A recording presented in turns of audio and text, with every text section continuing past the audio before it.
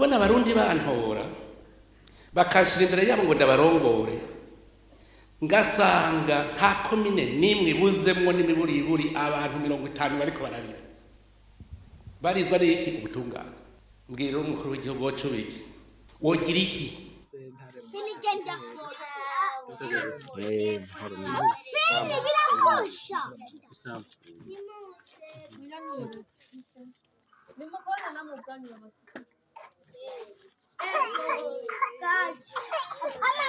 tubasabe initeka murabona yuko ubutungane bwabaye ndanse. Hey y'all, come look at this.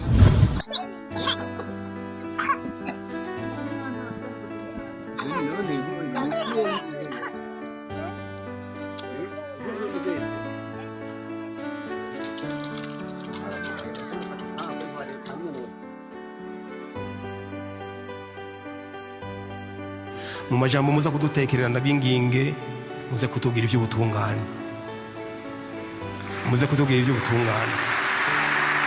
muzoba mudufashije kuko uno munsi ntushobora kuza kuburana n'umuntu afise amafaranga umuntu akurusha amafaranga ntimwoburana ngo mutsinde acha kubwira ati wewe no mucamaza arakubwira ati urashaka kubura n'umuntu afite amafaranga. Ibi bintu mubona biriko biraba mwava mwibaza muti mbega bashi ibi bintu nibiki vyoba biriko bibera he? Ibi bintu rero biriko bibera muri komine Muha, zone Kanyosha, quartier Kajiji. Biriko bibera mu muryango wa Nkunzimana Eric. Se wiwe nawe akaba yitwa Ndekatubane Rufaeli canke Rafael. Muti none ko tubona ibintu bisanzaye vyagenze gutega wampaye inka. Inkuru y'imvaho niyo ngoma ndabashikireko. Mu mwaka wa 2006 Nkunzimana Eric arasimba shikira se ati data nukuri je ntagomba kubaka. Ndashitse mu bigero. Se wiwe nawe ari we Ndekatubane Rafael ati mwana ubaka nivyo urageze. Ati rero zana ugo rukanywa ndakwereka aho ubaka. Eric utanka asimbana gwa rukanywa eka aremeka ko nagakoze itime ku muvyeyi. Batuma ko bashinga ntahe baraza gukamagira gwa rukanywa. Eka n'abajejwe intwaro niho bari, dokaritiye niho yari. Nuko bamuhire umuvyeyi wiwe araheza aramwereka ahazokubaka. Eric acarakura ubwatsi maze haheze igihe gito acashinga urusago arahubaka. Haciye imyaka 2 mu kwezi k'umunani mu 2008 Eric arubaka ugwiwe. Gushika ya mango Eric afise abana 6 yibarukiye ngaho. Umukuru afise imyaka 15.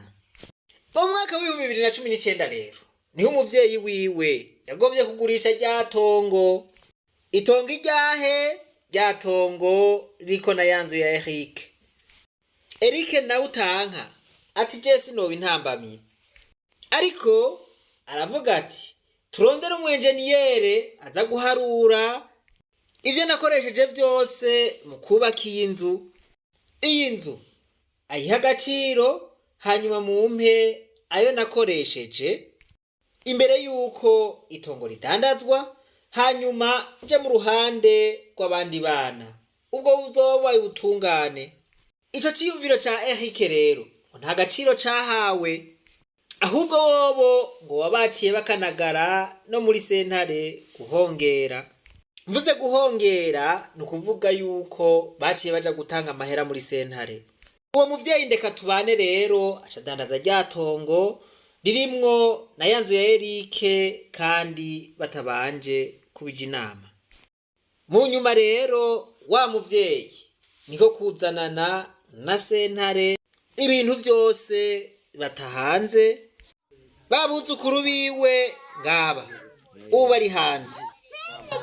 Wa muhungu wiwe ariwe Eric atashe asanga ibintu vyose bisanzaye mu rugo. Umutipu bwanwa bufuka umunwa. hagati aho ngo ivyo babigize chef de quartier abona ariko ngo ntibigeze bamuha n'ijambo na ritoya ngo baje bahamagara abahuza kugira ngo urubanza rushirwe mu ngiro kandi ngo abahuza nyene batigeze bumviriza urwo rubanza. Icyatangaje abantu n'ukuntu urwo rubanza rutigeze ruca ku ntahe kumugina kandi mu mategeko ariko byategerezwa kugenda. Ariko rero bobo ngo barahesheje bazicisha mu zindi nzira byakogwa hanini n'abaopeji. Aho muca mwumva yuko baba bahaye akantu gushika yaho bamutegeka gusinya ku nguvu amasezerano y'ubuguzi.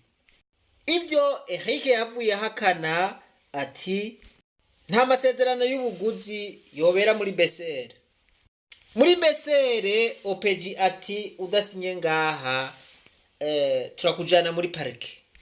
Eric rero yumvise uko ati yampaye nkawe rero erega birahambaye. Amubwira ati mugabo je bamfashe ati bambwira ati ntasinya amasezerano y'ubuguzi baca bantwara muri parike hanyuma ninjira gasho. Wa muntu rero waca telefone abo bantu bagomba bamusinyisha amasezerano mu buryo budasobanutse ate bagabo uwo muntu mugomba mumupfungira iki ni umureka atahe. Ati ivyo nivyo bikorwa twabarungitse kurangurira igihugu. Nuko niko guca babona kumurekura. Ya masezerano rero ntiyaba yakiyashira ku mukono kwari ukubibutsa ingene vyagenze imbere yuko ibintu vya Eric bitabwa hanze. Tubasabe nyiniteka murabona yuko ubutungane bwabaye ndanse. Mu majambo muza kudutekerera ndabinginge muze kutubwira ivy'ubutungane. Muze kutubwira ivy'ubutungane. Muzoba mudufashije. Kuko uno munsi ntushobora kuza kuburana n'umuntu afise amafaranga. Umuntu akurusha amafaranga ntimuburana ngo mutsinde. Rero muri sentare y'intango yasaba yuko boharura ibikoresho vyubatse inzu yiwe bakayiha agaciro imbere yuko iryo tongo ridandazwa, ariko ivyo yavuze ntivyahawe agaciro. Niho guca yungururiza urubanza muri cour d'appel, naho nyene nta mahirwe yagize. Urubanza rero ngo rurateba rurashika muri gasamburamanza, aho ngo niho baca babarungika mu muryango ibitahavuye bikogwa. Aho kubikora ari kumwe na sentare y'intango niko guca bashiburira hanze ibikoresho vya Eric n'umuryango wiwe. Kino gihe umuryango wa Eric rero uri mu kangaratete. Ubu Eric rero aratabaza asaba yuko yobanza agasubizwa iteka, agasubizwa mu nzu, akaronka aho abana baba bararyama, hanyuma umuryango ukorane bige ico kibazo, baharure ivyo yakoresheje mu kubaka, babiha agaciro, hanyuma babimusubize, hanyuma itongo ibone kudandazwa. Eric ati ubwo bwabaye ubutungane. Ati kuko naho yoba ari umupangayi ntumwirukana uko ariko kose, uramuha umwanya akitegura. Nkeswe wahawe ikibanza cyo kubaka, bene umurango babona, abashinga ntahe babona, dokaritiye abona, hanyuma ivyiwe bikajugunywa hanze nk'umwavu atacamira. Reka tuvuga duti ubutungane nibwikubita gashi, butunganirize Eric kuko kino gihe ariko ararenganywa cane. Kuvyerekeye sentare yo mu Kanyosha, iyi ngendo ntibereye, kuko iyo ukoresheje amategeko mu kurenganya abantu ubanje kuyacurika bifise ingaruka mbi nyinshi cane mu kibano. Birashobora gutuma habo kwihorahorana mu miryango, eka mbere hakavyuka n'urwanko rudahera. Nk'aba bana n'abanyeshuri ubu bari mu kirere nk'inyoni, ntibafise aho baba, batawe hanze.